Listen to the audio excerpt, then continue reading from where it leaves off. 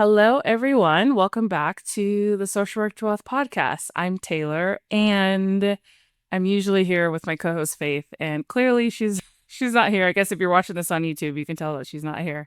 Um, this episode will be released in July, but we're recording in May, and she's on maternity leave. She just had a baby, and all things are good with her and baby and hubby. So, this is going to be my first episode recording solo.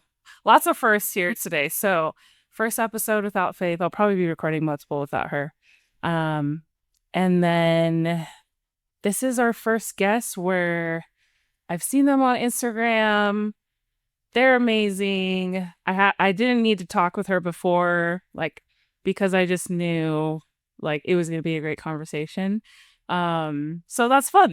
You're hearing the first time that we are talking to each other. So I have Christina here to talk with us about consulting, which really excited about. I know nothing about consulting, and I think as social workers, as we're progressing through our kind of professional journey, I think that's a word or a possibility that comes, that we hear about, but it's like, how do we actually do that? What does that look like? So yeah, excited to talk to Christina more about that. So if you want to introduce yourself and tell everyone who you are. Sure. I am so excited to be here. So hello, I am Christina Broderick-Royes. I go by Chrissy if you like. I'm a licensed social worker in the state of New Jersey, and I am the founder and CEO of Intention Elevation, where we work with folks to grow and lead with more intention, whether that's in their lives, in their communities, in their work, or in their business. That's the short end. We're gonna get into all the things later. Yeah, totally. So what do you do right now? I know I've seen on LinkedIn that you have you're into multiple things. So what working stuff are you doing currently? Currently, I'm working on, so we have a leadership and life skills certification program that we sell to education organizations and programs. And so we have some clients in that. So actually, we'll hire other facilitators, other licensed mental professionals to help me out with that. So actually, I have a facilitator down in Virginia. She just got started. It's going to be 5 sessions working with students who are doing a summer program that prepares them for research and potentially doctoral programs. And so what they hired us to do was over the course of the 5 sessions, just to work with the students on just how their emotional well-being is, how they can be more intentional in such a rigorous program when it comes to taking care of themselves, how to better communicate with certain folks. And so I have someone down there doing that.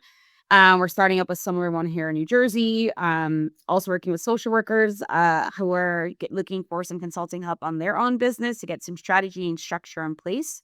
So I have a call after that with a social worker who just got booked for training, and she wants some help with that. And so those are a few of the things we have working right now. That's awesome.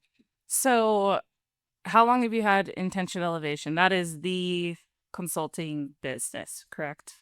Yeah. So there's been a few iterations. So technically started in 2018. I didn't file paperwork until 2019. And so that first iteration of my company was called Ignite EDU. It's where I just thought I'd be working solely within the education space. And then as time went on, I started getting a little bit more interest outside of education, and the name didn't fit. And so I created a Broderick and Company Consulting. And then it just felt really confusing having 2 entities. And also as a business owner, if you have 2 LLCs, everything needs to be separate, like your finances, your everything. Right. This is confusing. So right now it is actually technically the legal name is still Broderick and Company Consulting. Intention Elevation is our DBA. So we're doing business as Intention Elevation. So that's the forward facing name for everything. People don't Broderick and Company Consulting until we're signing some contracts.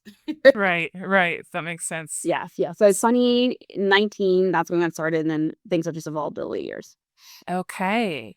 What is, that first, I don't know, just light bulb or interest that you had in consulting? What were you doing? And then how did that beginning start? So I always give credit where credit's due. I give credit to my friends. So after my master's program, my first job was working in higher ed. I always knew, even though like I did a clinical program, I knew I didn't want to do clinical work. And so I went into working in higher ed. I was working with a federally funded program, a TRIO program, that supports first generation and low income college students. And so through that, we had to do like some advising and host workshops and like all this kind of stuff. My title is a program coordinator. And it was my friend who was like, she saw my frustration with the system, if you will, where I'd want to say, like, we're going to run a summer brunch program. Like, hey, like, we should do a session on mental health. And they're like, no. I was like, hey, we should like talk to parents about like how they support their students with their mental health. And they were like, no, it's too stigma. It's too taboo. Like, we're not doing that. Yet I'm like literally watching students fall apart, right? I talk about this in my TED talk that I did. Where I had students who would like run away from me to throw up in trash cans because they weren't sleeping. I had students who dropped out or took a leave of absence because they developed an alcohol use disorder. I had like and I'm like, why are we not considering the mental health of our students? We're just shipping them out to the counseling centers, which I'm not going to. Um, and so I was having a lot of the side conversations, and it was my friend, my colleague turned friend, who was just like, I think you do something on your own. She comes from a family of entrepreneurs, and she's like, there's something about you. There's a presence to you. People are drawn to you when you're speaking. I'd done some like workshops and stuff for the university. And so she tapped me. She was like kind of the one that like plugged it for me of like, you can do this. Like, there's another way that you can help people without having to like be in these traditional structures. Um, and so I had first got started thinking I was going to do like education and wellness coaching for like families. And so that was like my first like target. And then it wasn't until I joined like a business development program that's when I understood like the B2B model of like, hey, if you actually work with organizations, you can still work with your target audience, but get paid more. it, Mm-hmm. it was just through a mixture of taking taking the leap, I would say, to like just get started on my own, and then realizing I needed some additional education training. Yeah. And that's what kind of opened up my eyes and, oh, like I'm doing this the wrong way. I should take it this path. And then that's kind of what kind of got me going. Does that make sense? Yeah, definitely.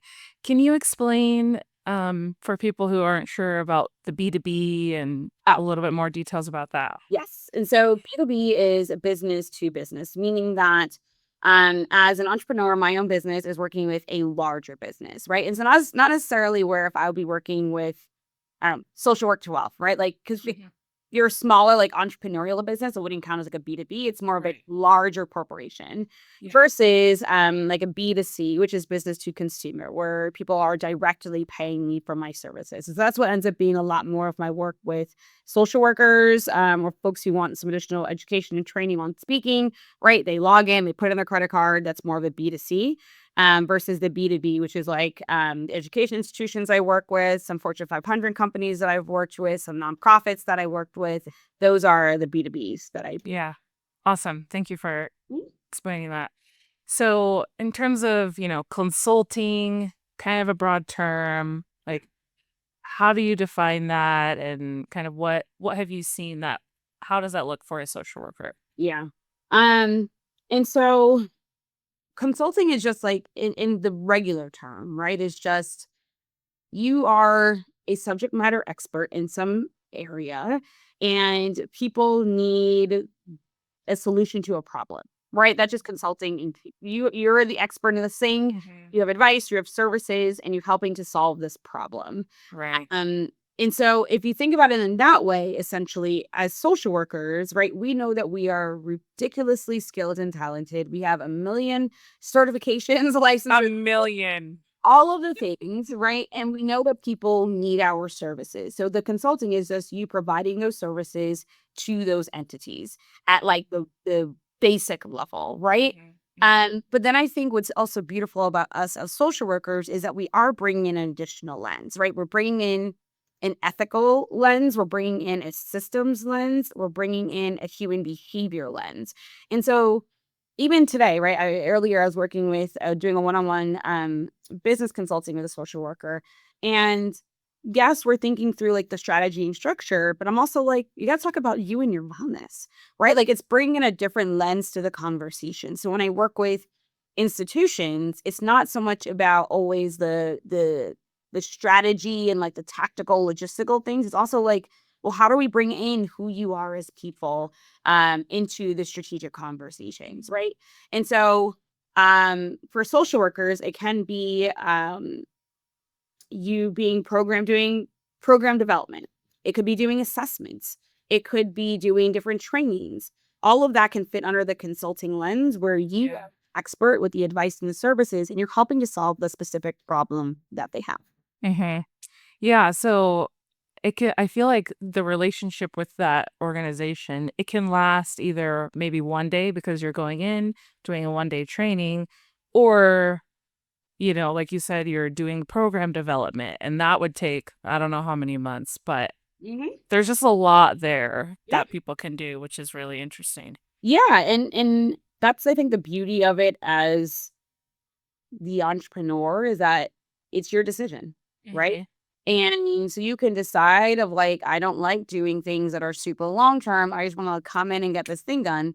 Cool. Let's structure a service that way where you are doing a one-time training or service. Or you want to do something that's deeper. And that was something I had to restructure in my own services maybe about a year and a half ago, which is how I ended up creating that certification program, et cetera. That was like, in order to really get to the meat and potatoes, I need more time. And so I restructured my services to be over a longer period of time. And so it can be something that is more short term, it can be something that's long term, something in the middle. There's some flexibility, and I think that's the really cool part about it as the entrepreneur and the leader of the work. Mhm. Can you give us some examples of some things that you've done or have done, maybe some of your favorite projects? Hmm. Hmm. And so because of the nature of this podcast, what I'm also going to do is if I can remember them all. I mean, there's a lot. But some of the funner ones, some of the bigger ones is attach the dollars to it because I know I've always hated when people just talk very like high level. And for once I was like in this mastermind that I paid stupid amounts of money for.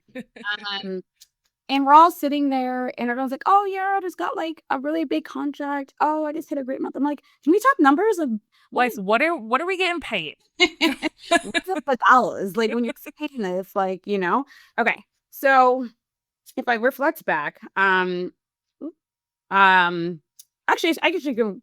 Let's start with what I have now. For example, I earlier named that we have someone down in Virginia, right, doing some services. So that contract is $7,500 for those 5 sessions, right?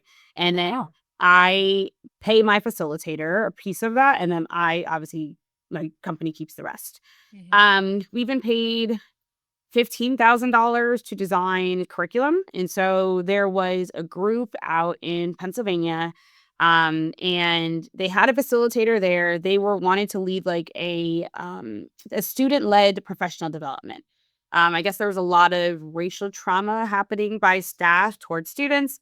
And so they paid me $15,000 to develop curriculum that helps the students, one, understand more information about mental health, but also so that they can create and design a PD to lead for the staff. Dang. Um, I'm curious about that one. So, how long did that take you? so it was um like August to December. It was like a semester.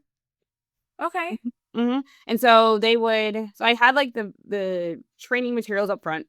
They would go and do stuff. Then the facilitator say, "Hey, they have questions on this. Hey, can we edit this?" Right inside. So we did that. We co-created and I adjusted throughout the rest of the semester. And then by the end, by like I think it was late November, early December is when I went down there to actually see them. I've never seen any of these students. And they're like, "Oh my god, you're the girl! I love the videos." And I was like, "Yes." Because I wanted to see the PD. I was like, I was really proud of them. And so, yeah, it was really cool. It was a group of high school students, and all the staff came into the room and they led this whole PD session around racial trauma. Yeah. Yeah. Hmm. I love that. Cool. Thanks. And so that's one. One thing that we also have is we do an online course. And so back in pandemic time, 2020, 2021, I'd created an online course around proactive mental health, like strategies and skills and things like that.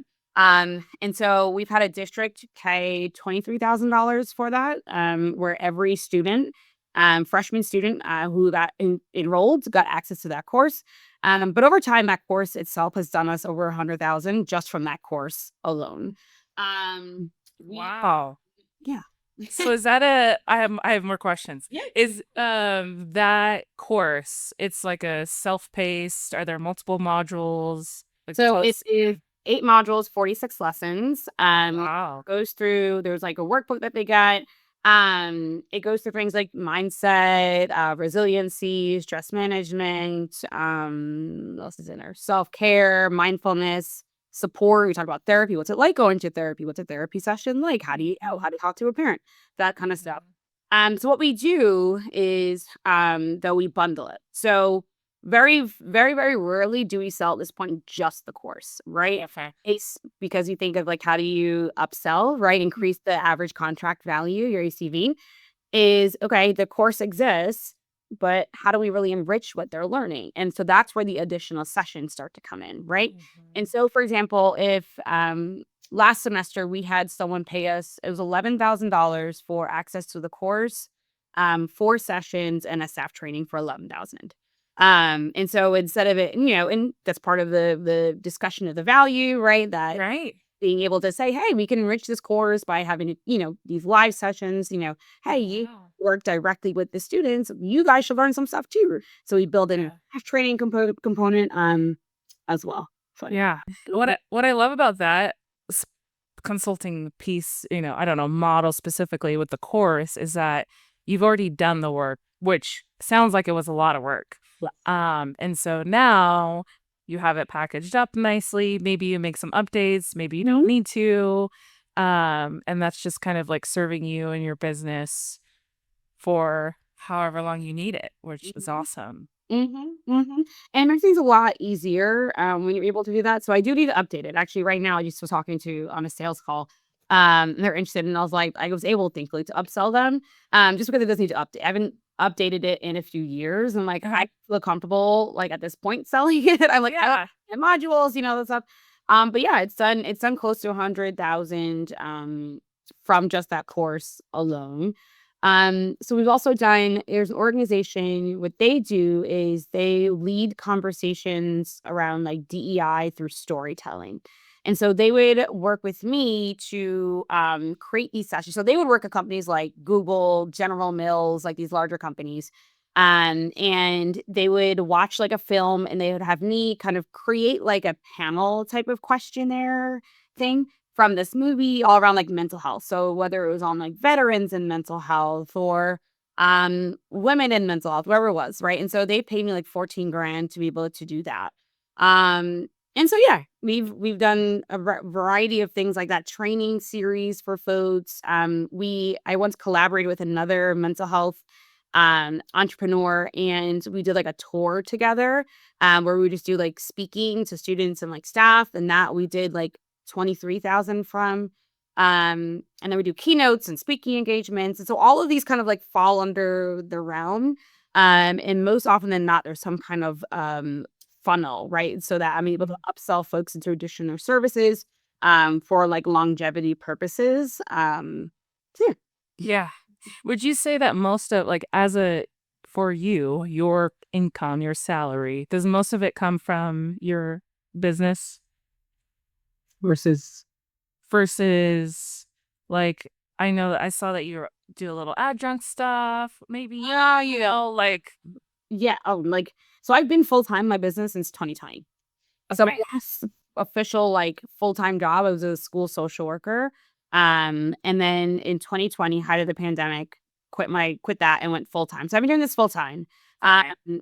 I adjunct depending on what courses are available here and there, but if anyone knows anything about adjuncting first of all, you've heard some numbers, right? Like, Yeah. I get paid adjuncting, like, 2,000 for the semester. You're Okay. it's going towards paying down debt or something. Okay. Okay. Got it. I'm not familiar with with that salary either. Okay. So yeah, so it's something I'm teaching at a community college, so it's like super duper low. Okay. That's about it. So I adjunct, but then it's all in my business. So if anything, it's more so Okay. split between my B2B and B2C. B2B is about 80-ish% of our revenue. And then the B2C is about 20-ish% from there. So it's like the work we've done with like master classes. When I used to run the social work entrepreneurship incubator, I do VIP intensives, which are really popular. I do one-to-one like consulting with social workers. So the B2C in the whole grand scheme of things has done around 70,000. But overall, the business has done over the course of the years around 600,000 so far. Mhm. Wow. Awesome. Let's get into talking about social workers who are interested and the beginnings of starting consulting. How do you do it? Yeah. No. Because that's always I am in a few different like social work Facebook groups, and it's always the first question. People are like, I don't Yeah. know how to, I don't know how to start. Yes. And you know what? I saw you share a Facebook Live once, or maybe it was Instagram Live about this. And I was like, I need to get her on the podcast. Anyways. Yes. A lot of people want to know. And it's so ambiguous. It is, but it isn't. I think what happens is a lot of us overthink it. Is that we think it has to be like all of these things set up in place before I can like open for business, right? Is that actually you can get started before even having an official business thing, before having an LLC, before having a business bank account. And so it really starts off with one, what is it that I want to do? Because we can very, very easily get caught up in doing things you don't want to do just because you know how to do it, right? Like I fell in that trap where someone's like, "Oh, like you want someone to create like a resource guide," and I was like, "I'll do it," and I was like, "I hate doing this stuff. Like, why do I do this?" And so, what do you actually want to do? And what's most important, what is needed in the market? Like, what is Yeah. missing? Because you also don't want to become like one of many, many, many, many, many, many, many, many, many, many. And so a mixture of what do you want to do, right? What are you really good at? What are you really passionate about? What do you want to do? What is the market looking for? So where's the gap that exists? In order to find that, it's just questions, talking to people, right? Going on Yeah. Facebook. What are people complaining about? What are people commenting about, right? What are your Yeah. friends thought at brunch? What do people need? And then you have to find what's called your UVP, your unique value proposition. Why you? Why you? And so the easiest way to start there is with your network, right? Meaning that it might be you want to say, I know what, I want to get into consulting. I want to help nonprofits to develop youth programs, right? Because I've been doing it for so long. I'm so great at it. I have data, your resume is off the charts. Cool. You know what? Let me just go back to Boys and Girls Club I used to work at. My boss still works there. She loved me. Hey, like, do you guys need help revamping your youth program? Boom. Yeah. That's all it is. That because they're probably like, oh my God, I remember you. You were so great, Scarecrow. Come on, we are short staff. We can definitely use some. You know what I'm saying? And you don't need all this. You don't have to. You can fill out the W-9 as yourself, right? Which is like the form that they are hiring somebody outside of their business or organization. You just fill it out as yourself. You put in your social security number, you assign it, they pay you. I would just recommend if you don't have your business bank account yet, just have a separate checking account within your TD, whatever bank you have. Just make a separate one so that money can go in there because you don't want to commingle funds. But that's it. That's all you need to do is get started. You don't need a website. You don't need a logo. Get out of Canva. Stop making stuff. Like you to talk to people. Yeah. You want to do, right? And seeing if there is that need that's there. Mm-hmm. So we do. I think it's Yeah. an issue that I've seen with I don't I guess it's a little bit of a skewed view, but it's an issue that I do see with a lot of women, a lot of women of color, is that we think we need to have all of the things perfect first before We really do. and Before it's just lunch. so long. It's taking us so long. And what happens is then you go to some conference that your job's sending you to. They got Billy and Bob up on the stage and Rebecca talking about believe in yourself. And they have no type of credentials. They have no training. They just are really good at marketing and selling. And so they're up there getting paid $20,000. And you're sitting there like, I could have done this in my sleep. But you're too playing around in Canva. Yeah. Figuring out the logo. And the color. Or trying to get a brand shoot.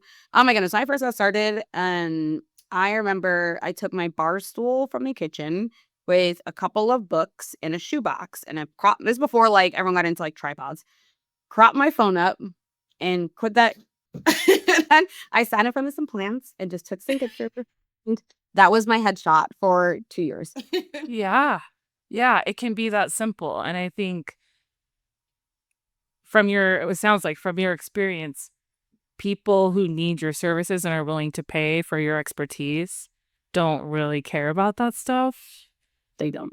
because it's about you. And especially when you're starting with your network, they already know you, they already like you, they already trust you. They don't need to see all of the things.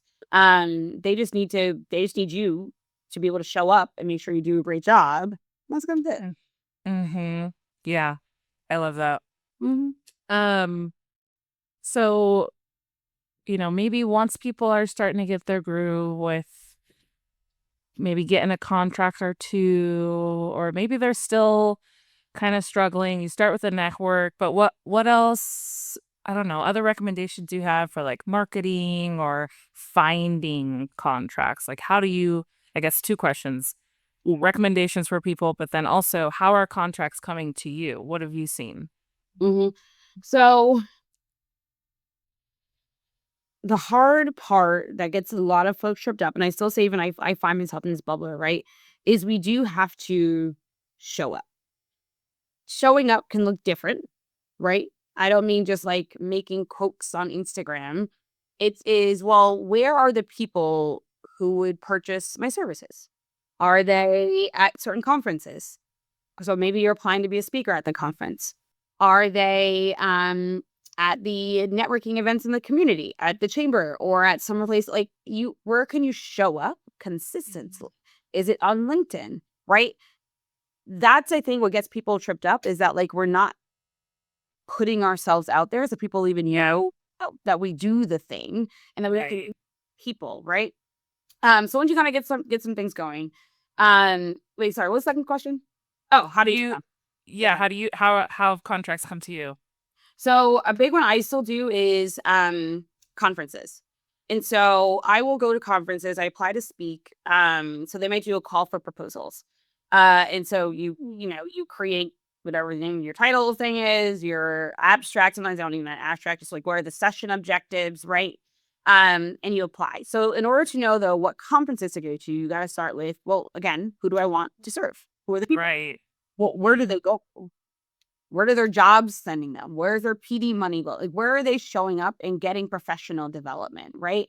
That is where you would want to apply. So I even talked to folks. I'm like, I've talked to friends. One of the ones I just went to, which was new, it was a friend's friend. I had was going through my LinkedIn contacts and I was like, let me just try to DM some people. And I was like, hey, I haven't talked to you in a while. Like, what's up? We hopped on like a little virtual coffee chat and she told me about this new conference. And I was like, I've never heard of it. And she's like, I think you would love it. I applied.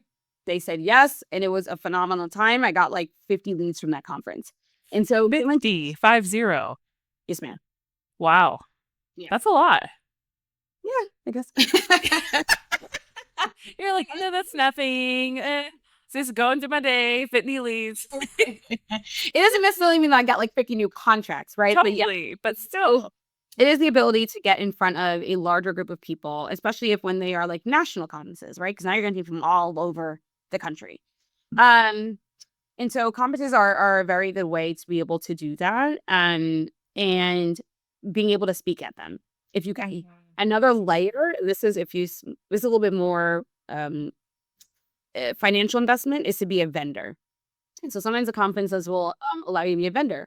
And so I've gone and I set up my table and all the things, right? I have a myriad of pictures of how this has changed over the years where it literally just started with like a little, like if a little, my little papers and I would take this, I got from my house, like a little box. I just like turned it sideways and like taped my like fake logo on the side of it, added some like Jolly Ranchers on the table, called it a day.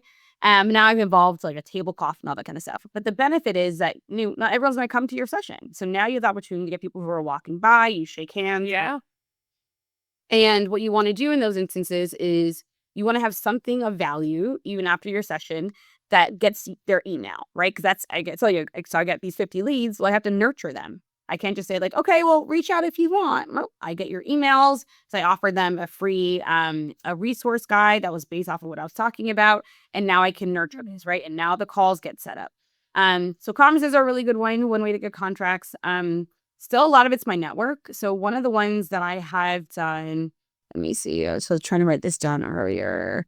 They've paid me almost 20 grand, is an organization my best friend lets in, where I used to also kind of work, right? So I've got a lot of old employers. Almost every old employer, past employers hired me. Whether in some people I was even an intern for when I was doing a master's program. After, I just go back and they're just like, yeah, come do a training. Yeah, come do I a love that. And right.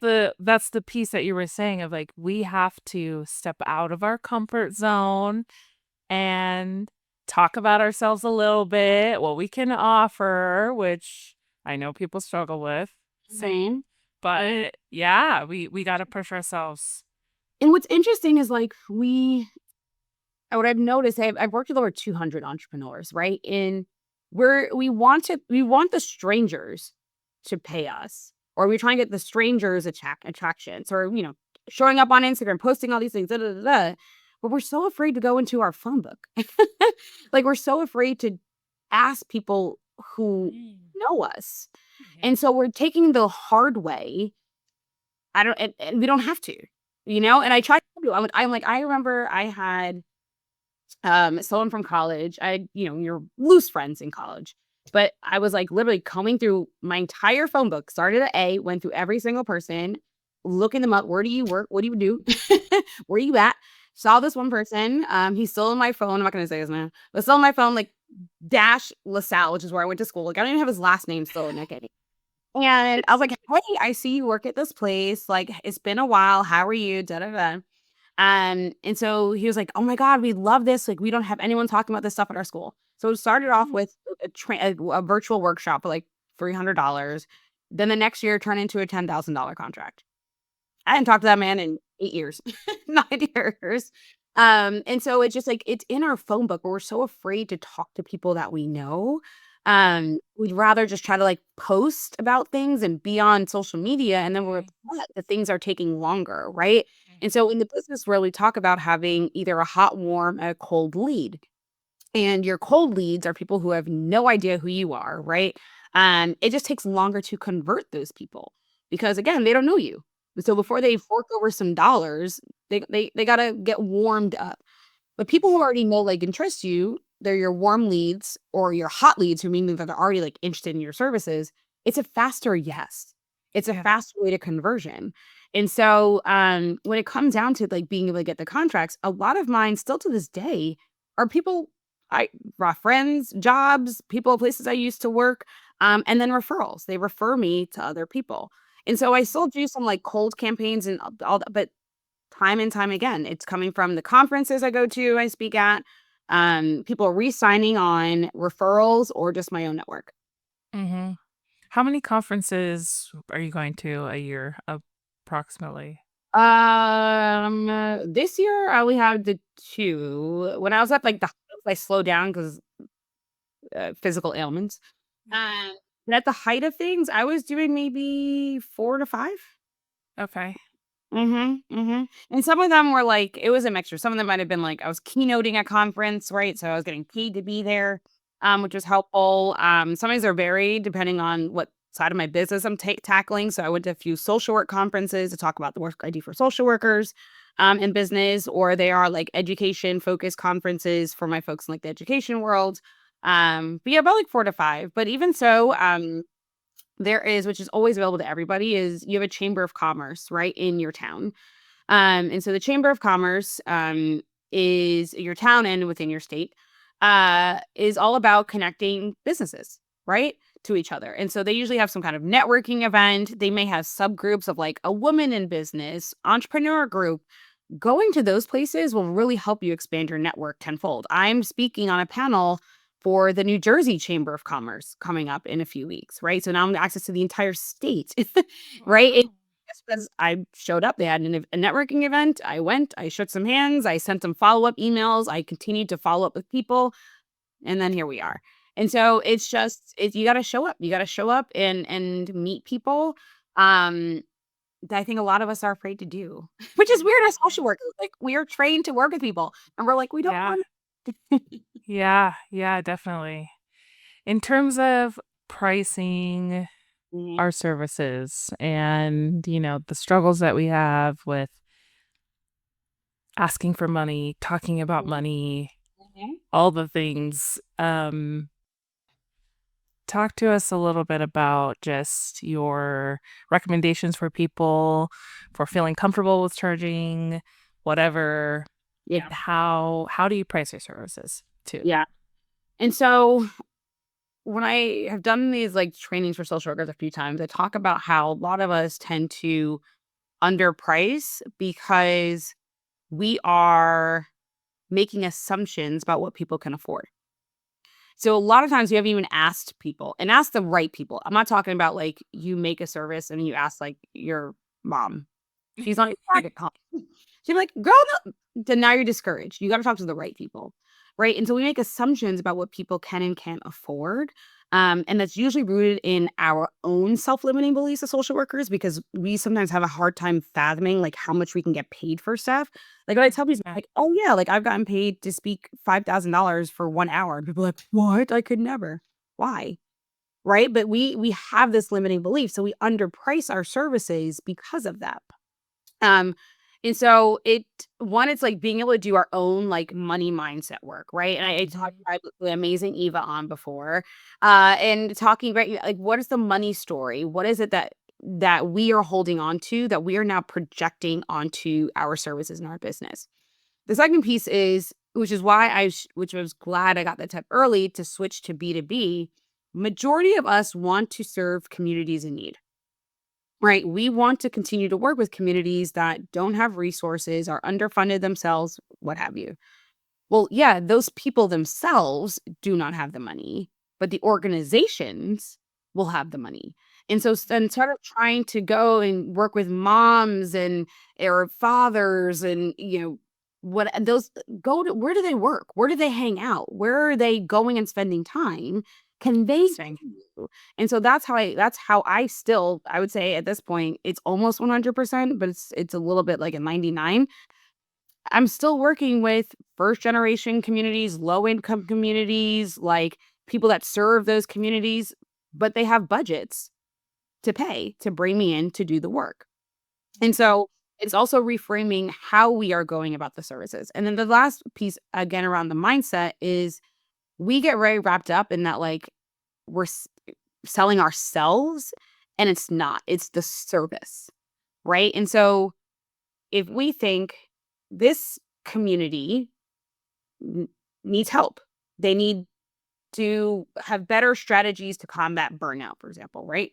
And I have sat in all of these things and I have this solution. I No one is talking about X. Well, now you're doing a disservice to that community by not selling that. Mhm. By you being able to by you keeping yourself back, right? And so we have to think about that. It's the service, it's not us. So even if they say no, because you will get some no's. That is just the reality of it. And that's also a good pricing to figure out like your sweet spot of pricing. You want to get some yeses, obviously, but you also want to get some no's. Mhm. That is how you start to find your sweet spot. There's no magic formula. I hate when people are like, here's this magic thing and da da da. It's going to be different. You need to know your market, right? But to find that sweet spot, you wanna get a good amount of yeses, but you're also gonna get some nos. And it's not no to Christina, it's no to Mhm. Christina's service, and Mhm. my little asterisk is right now. So I'm gonna circle back. Try you again next summer. I'm gonna try you again in 2 months, right? And it was a no right now. And so it's not something that we take personally. And so I think that's also why that we struggle is that we think it's like I can't it's your business. It's the value. And so when we can start to charge and price from a values perspective, what is the value to this client? What is the transformation for them? Right?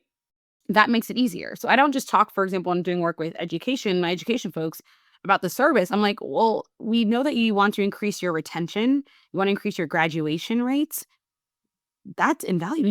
You want to be able to do that. And we can't keep missing this piece of the conversation, right? And that's how they can understand why it's impactful. Um, Another piece is that we don't charge by the hour. never charge by the hour. So it's not like, oh, a 1 hour workshop is that, because then people get real funny style real quick. They're like, Oh, how so? if an hour is 2,500, can we do like 45 minutes? No. We price by the project. We price by the service, right? Price by the project or service. You do not price by hourly. So when Because you're all communicating, you're saying, I'm offering this service or this training, it's this much, and it would be for this long. yes. Yep. It's exactly what it is. I let them know what it is, right?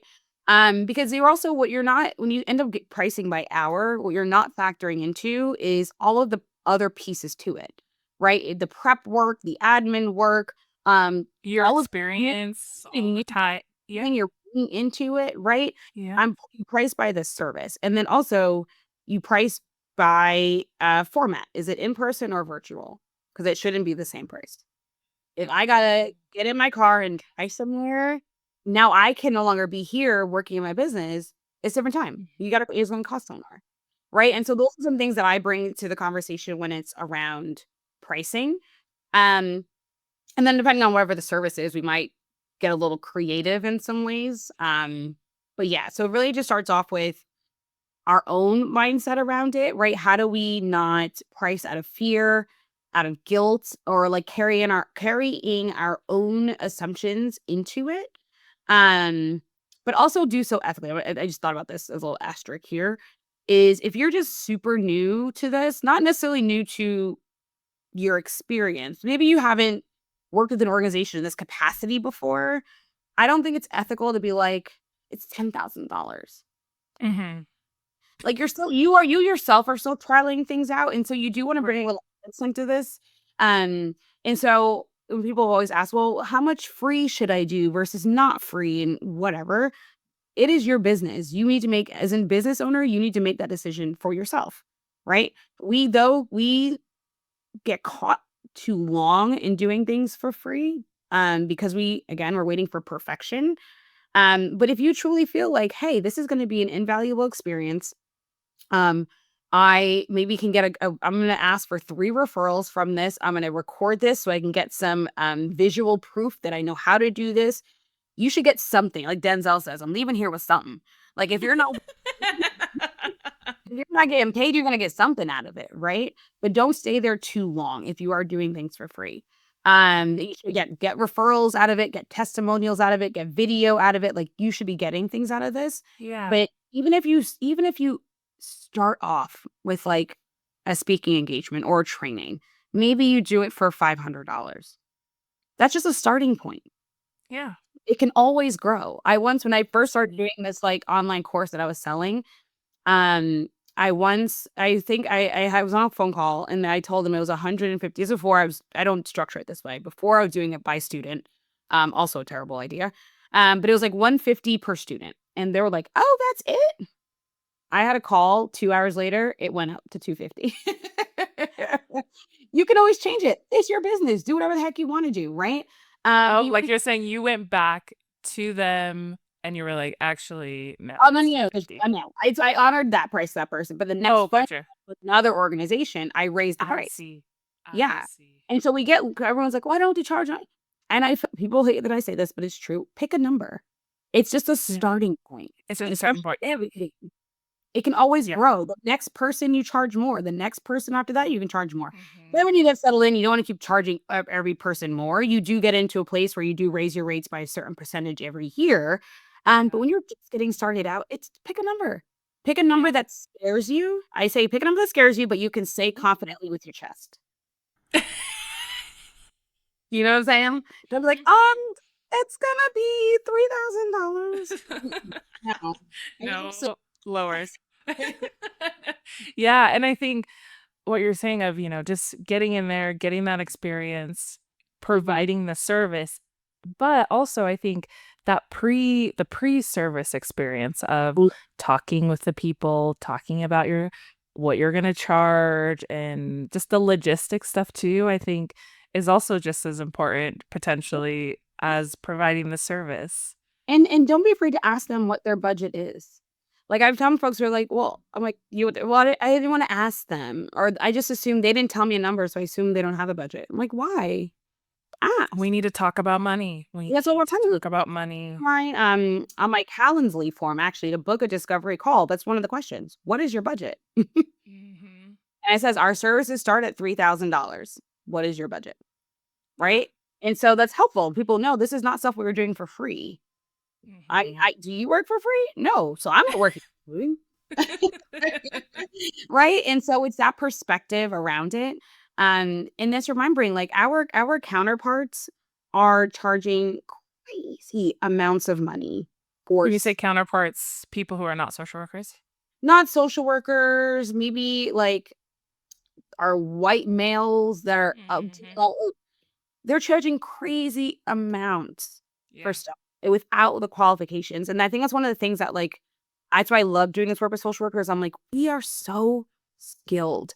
Yeah, If we're that's what if how many more degrees do we need? My goodness. And I'm just like, I get it if you but sometimes we're like, I don't feel qualified enough. I'm like, go look at the Beckys and the Bobbies and that I'm telling you, we yeah. just have to want to put our work out there for our Mhm. communities. They need us. They need our brilliance, right? Grow that confidence. And grow that confidence. And the only way to get better is you have to do it. Yeah. That you have to do it. Like, we can't keep running from it. So that's why I say, start with your homegirl. "Hey, does your job hire people to come in and do this? Can I come in and do this thing?" Right? Start with the people who you already know. It's a lot easier than trying to sell to a stranger. But Right. it builds up and then I asked them, "Hey, how much did you charge these? How much did you guys pay this company?" And they were like, "Girl, I don't know. Imma find out for you." Thank you. Right? So now I'm doing market research. How much are my competitors getting paid to Yeah. do certain things, right? And so you Mhm. always wanna be iterating. That's also part of this work is that you wanna be getting feedback. You wanna be understanding things so that you continue to iterate and grow. Mhm. Mhm. What does the negotiating look like? Do you do people try to negotiate with you, businesses? Do you do that with them? Like, what are those conversations like? Yeah, not so much anymore, to be honest. Okay. 'Cause for where my business is, in order to continue to have certain profit margins, there's not really much I can change. And so the only thing it might be is like if they have a much lower budget, it's just well, if I can't offer the service at that level, I might just like refer them to someplace else. Like so some person wanted me to do a training and I think their budget was $300. I was like, oh, like I just there's nothing I can do for $300. So even our online course, which is already done, and that starts at $3,000. Mhm. So there's not so it just depends at like how low that they're if they're trying to go. Um, maybe it's okay, I can't do in person, but I can do it in virtually. Okay, I can't do 3 sessions, but I can do 1 session, right? It just depends Yeah. on what they're at, but it's okay to walk away. It's like you don't need to be for everybody. Like that is okay. It's okay that they can afford you. That's fine. I actually just was up in a conference in Albany and I don't remember this person, but he remembers me from a conference 3 years ago, and he was like, he's like, he's like, "You don't know I do this." He's like, "But I still put your name in rooms." He's like, "'Cause we can't afford you, but I know other people can." So he's like, "I just tell other people about you." I was like, "Thank you, I appreciate Oh, that's it." nice. Unfortunately, we just don't have the budget. Or sometimes I, like, work with them to get creative, and so I might say, "Can you partner with another organization, or can you do this," right, to help kind of cover the cost? Um but sometimes it's just unfortunately, this doesn't work out. Let us know when Mhm. we're funding, and then we can talk. Yeah. Yeah. Gotta stick with your guns because, Yeah. like you said, got profit margins and you got bills to pay and people to pay and all of those things. How many employees do you have? Right now it's just back down to me. No, Okay. well, I have my contractors, like social work contractors, and so I tap in Okay. there's 6 of those, and they're spread around the country, and so I tap into them just as projects come up. I'm also trying to phase myself out of a lot of that work, so even I have one coming up here in New Jersey, I just still have somebody else doing it. I was like, I don't wanna do those anymore." Mhm. I'm, like, shifting in the way that I am as the owner of the company in terms of what I am making myself available for, and then I just outsource for some of that stuff. Yeah. Tell us more about that and your decision to move that direction. It has been for lack of a better term, an awakening of like, there's stuff that I truly enjoy, and I just haven't been able to make space to do it because I'm just so bogged down in the client work. And so I'm like, well, if I remove myself from it, then I have more opportunity to do the things that I want to do. So for example, one of the things I'm pitching for two of my education clients is to facilitate a retreat for them, like an offsite retreat. There's a really gorgeous space here in Jersey, but it's a different kind of retreat than they would do. And so I love to host. I love to have like really nice dinners. I love to, so I'm trying to bring that to that space, right? Where I'm like, oh, they can pay me as like, it's for them just professional development. But I can curate an experience for them, a professional development experience that's different than they're used to. We're not sitting in your conference room down the hall from your desk and then you're done and you go right back, click clacking up the computer, right? Uh, Yes. and so I'm trying to bring more into how I just generally like to show up and how I want to tackle the market differently. So that's one. Another one is I'm on the back end. We'll see where this is by the time this publishes. But a big issue is with entrepreneurs, mostly like the social entrepreneurs of color, right? As your question was, how do I get contracts? Well, what if I provided a service to close that opportunity gap?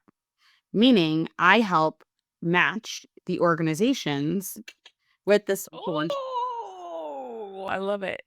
because I do that anyways at some points where I'm like, "Hey, I don't do this, but I can connect you to this person. Oh, I know someone who can do this." Like, I'm already doing it.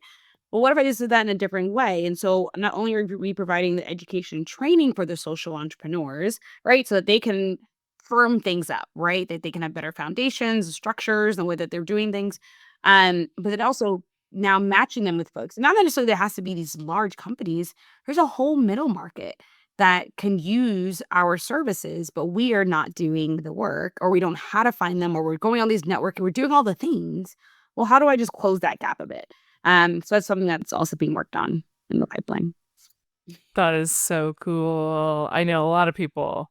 Obviously, a lot of people would be interested in that, or you wouldn't be paying. Yeah, wouldn't be putting your energy into that. But it was all the reflection, all a lot of talking to people. So even like with me thinking about the retreat, I put this on my stories the other day. It was from someone who works at a university, and she's seen me present and seen me speak, and she's like, you are the perfect person for that." She was like, "I would get my university to pay to send me to something that you host."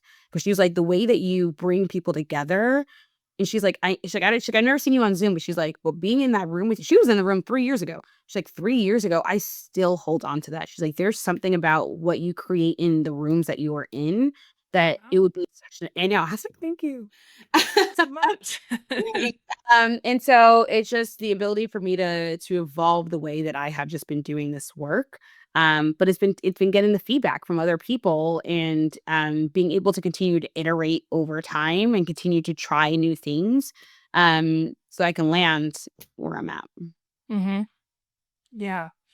How are you keeping it sustainable for you? Trying to make it sustainable. I think part of what you said, I think potentially is contributing to it being sustainable. But as a business owner, entrepreneur, like, how's the work life balance? What are we doing to manage that? It depends on the season. And I leaned in. I think I understood that there are just seasons where I may need to give a little bit more. Um, and then there's seasons of rest. And sometimes those seasons are dictated by me. Sometimes seasons are dictated by the market. Yeah. Right. For example, in that like end of year, early year, people aren't buying. Okay, cool. Let me use this as an opportunity to like slow down, to recalibrate and like do that. Right. And so I've had to be intentional of that because I can just keep going and going and going and going and going. But I've had to say, how do we start being more intentional in this space? Um, and so I've leaned into like knowing that there's different seasons. Sustainability also looked like raising my prices because if everything is so cheap, then I need a lot more clients, and then that's gonna burn me out, right? Because Yes. yeah, this is my full time job. This is how I make money. Yes. And so if, for example, if I was only still charging $500 for a workshop, I would do a whole lot of workshops a month to pay my bills, right? But if I can adjust my services, have more value, and thereby increase my price, oh, well, then I only need one client who's going to pay me the $11,000 and I'm good, right, for that month. And so that's been really helpful for sustainability, is really thinking about, well, what am I providing at what price point for both myself, sustainability of myself, and sustainability for my business as well. Yeah. And I think that can even go with be applicable to working with clients, right? And I think of private practice and Mhm. people, charging not enough. So they have to see so many clients so that they can, so their business can be sustainable.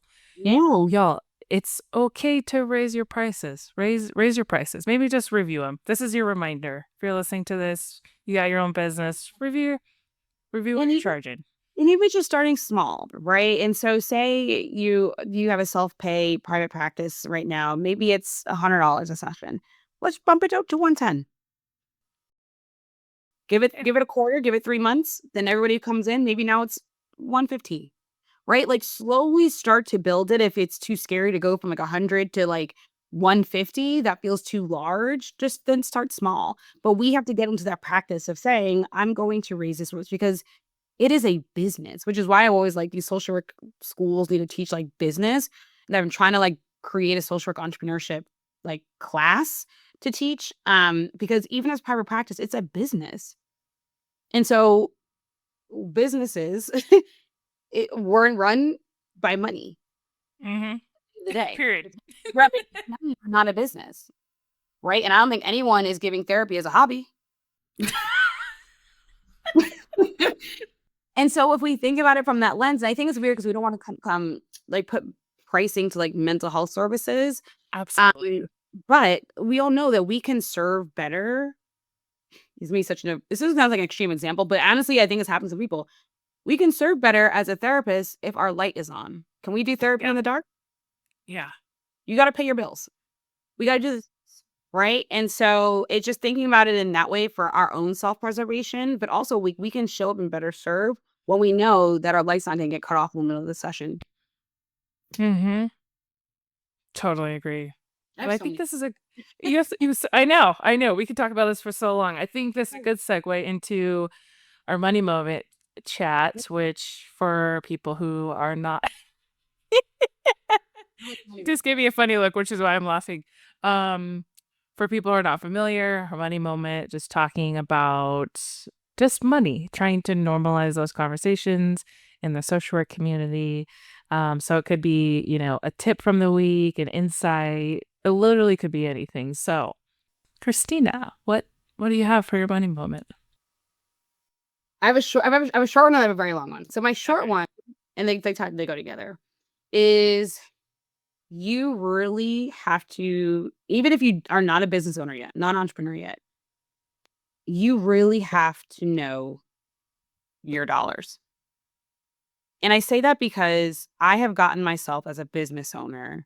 I started my business running the money piece, how I ran my money personally, right? And Mm. so growing up, I'm from a single parent household, an immigrant household, and it worked is you get money, you spend money, you get money, you spend money, right? And so you see money in the account, and you're like, oh, I can do all of these things, da da da da. Not really understanding all of the other components to like putting things aside and being more intentional with where the dollars are going, what's going in. And so I then got myself wrapped up in like, I just got approved for an Amex Platinum, no limit credit card. Oh, let me do this. Let me swipe this. Let me do this. Oh, I can pay it off. I got this contract coming in, but not actually really looking at the money of it all. Right. And so now I actually did a whole YouTube video on this where I talk about as a business, right? Which I'm not ashamed because I think business debt is also really normal in the business community. But I'm at about 70 grand in business debt. No, it's about 60 now. I've been paying a lot of it off. I'm about 60 grand in business debt because I was like not looking at the things. I'm like, oh, this software is this. Oh, this is this. Oh, this is this. Oh, this is this. Right. So even today, I love Monarch money. Love Uh, Monarch. yeah, and so I just set it up for my business, right? I use it in my personal life. I was like, let me just set up my business. And it has just become a staple where I'm like, I have to know where every dollar is going. I need to know what subscriptions I have, where am I overpaying? Do I even still use this thing? Because before I just was like, okay, like literally, I would make $30,000 in a month and be like, where the hell did that go? Mm-hmm. Before paying myself. Yeah. Even now, I'm like, my business has done over 600 grand. And I'm like, I have not paid myself $600,000. So I'm like, where has this gone? And so it, for me, has just been, I wish when I got started, from the jump, was a lot more conscious around my own money habits personally and not letting that spill into how I ran my business financials because I just was not being intentional around it, or I just would see these large sums of money, or like my account would have, yeah, like 30, 40 grand. And I'm like, oh my God, I have all this money.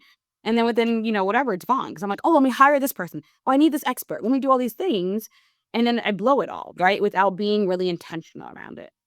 And so it has just been very rewarding for myself now to like really more empowering to say like, no, I know exactly where this is. I'm logging in. I'm tracking this. I'm saying no to this. Da da da da. People are like, oh, we can do this on a payment plan. Nope. Like one of my things is if it was double this, would I still pay for it? And so someone's trying to get me to come to this like retreat, and it's not until like end of next year, but it's like $10,000. Mm-hmm. And I'm like, she's like, we can do a payment plan. I'm like, well, if it was 20,000, no, I'm not doing that. I'm not doing it. Yeah. So it's just a way to get myself in check, right? If this was, even if it's for software, they're like, oh, the software is $4,000. Okay, well, if it was 80, I'm like, no, screw me. I'm not doing it. I had to put some parameters in place because I just was just like, okay. Yeah. And because what ends up happening is, because again, this is my full-time job. I do this, day in, day out. If there's nothing in the business account, then how do I pay myself?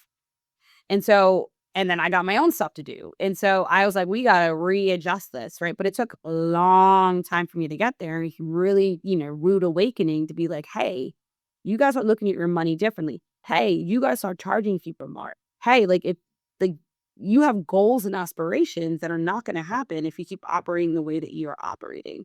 Um, so it was a very rude awakening, but I needed it for sure. Yeah. And it would have done much differently when I started.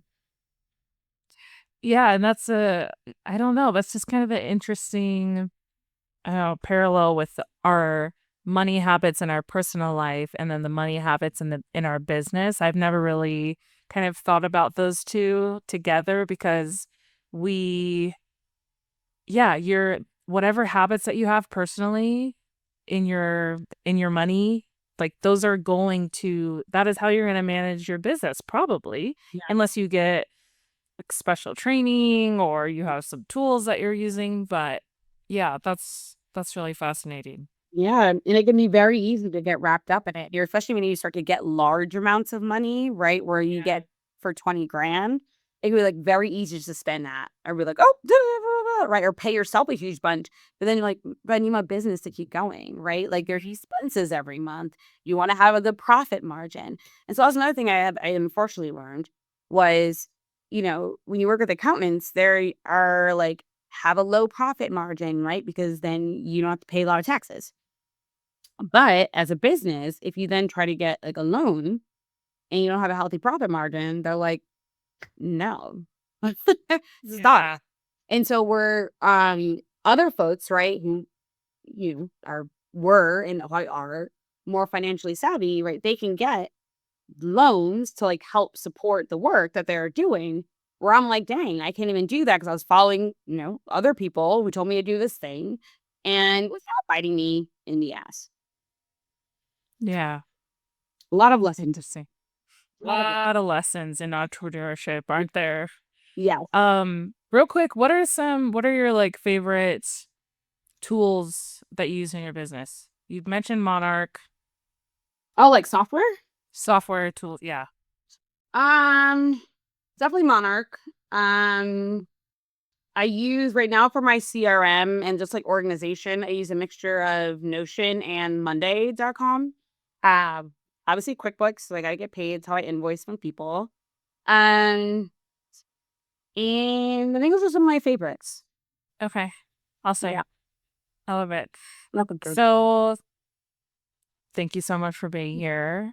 I want you to tell last thing, just how can you help social workers? Like if they were to work with you, like what kind of support are you able to give and all the things that you do? Yeah. So right now we offer strategy sessions. So folks can just book on a 1 hour strategy session, which you can get a lot done in an hour. I just did one with a social worker the other day and she was like in tears because of just how clarifying it was. And I love that. Aw. Um, it's just one of my strengths of like, you have all these ideas and you just bring it together and help you see that this is possible.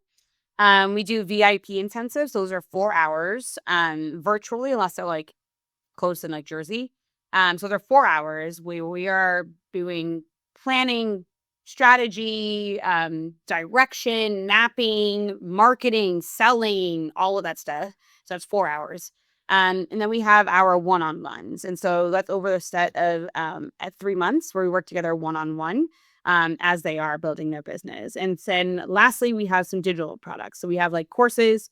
You have one on speaking engagements, so how to land four-figure speaking engagements, as well as idea to income, how to take the idea that you have and turn it into a profitable business. And so I'll have a promo code for all these services for your listeners.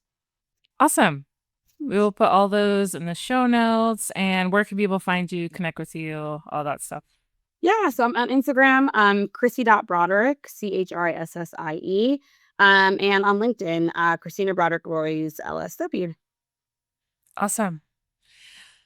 This was amazing. Thank you so much. Thanks everyone for listening and being here. And just as the podcast is growing, it's been really fun to see, where everyone's listening from. So really appreciate you tuning in. And I'm going to do the corny thing and say, please rate us on Spotify or Apple so that people can find us.